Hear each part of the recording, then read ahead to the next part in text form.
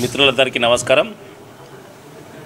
నమస్తే ఉప్పల్లో భాగంగా ఈరోజుతో 5 డివిజన్ల పాదయాత్ర కంప్లీట్ చేయడం జరిగింది. మన ఎమ్మెల్యే గారు సుభాష్ రెడ్డి గారు ముఖ్యంగా చెల్లపల్లి డివిజన్లో మొన్న 2 రోజులు తిరగడము, ఈరోజు ఒక రోజు తిరగడం జరిగింది.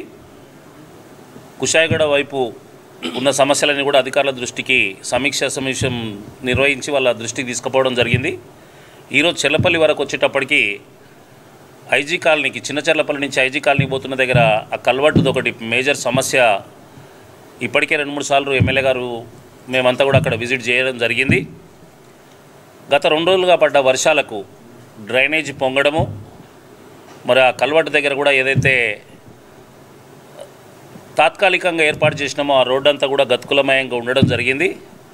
మరి పత్రికాముఖంగా ఎమ్మెల్యే గారి దృష్టికి తీసుకుపోయింది ఏంటంటే, ప్రజలంతా కూడా అక్కడ కొంత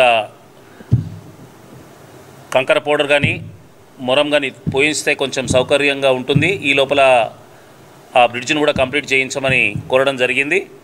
అట్నే ఐజీ కాలనీలో కూడా రాంపల్లి వైపు ఉన్న ఒక డ్రైనేజ్ ఏదైతే చెరువు వైపు తీసుకుపోవాలనో అది చిన్నగా ఉందని చెప్పడము, దాంతో దీర్ఘకాలికంగా ఉన్న సమస్య అది. లాస్ట్ టైం కూడా ఒకసారి ఎమ్మెల్యే గారు మేమంతా తిరిగినప్పుడు కూడా చెప్పడం జరిగింది. అయితే అది శాంక్షన్ అయింది కానీ ఇంకా పని స్టార్ట్ కాలేదని వాళ్ళు చెప్పడం జరిగింది.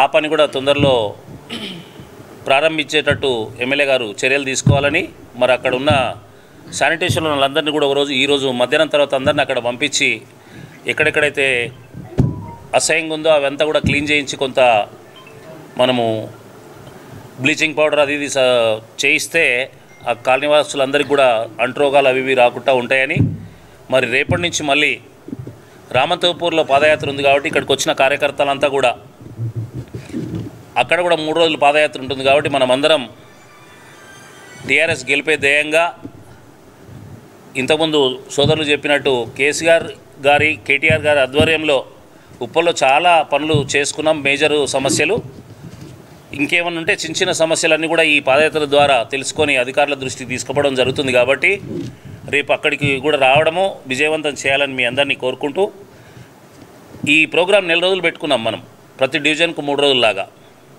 సో అధికారులందరినీ కూడా ఎంబడి తీసుకుంటే బాగుండదనే ఉద్దేశంతో మన దృష్టికి వచ్చిన సమస్యలన్నీ కూడా డే బై డే ఏ రోజు ఆ రోజే అధికారుల దృష్టికి తీసుకుపోయి వాటిని కూడా సమీక్ష సమావేశాలు కూడా పెడదామని అనుకున్నారు. కాకపోతే నిన్న మొన్న వర్షాలు వచ్చినాయి కాబట్టి ఆగినాయి.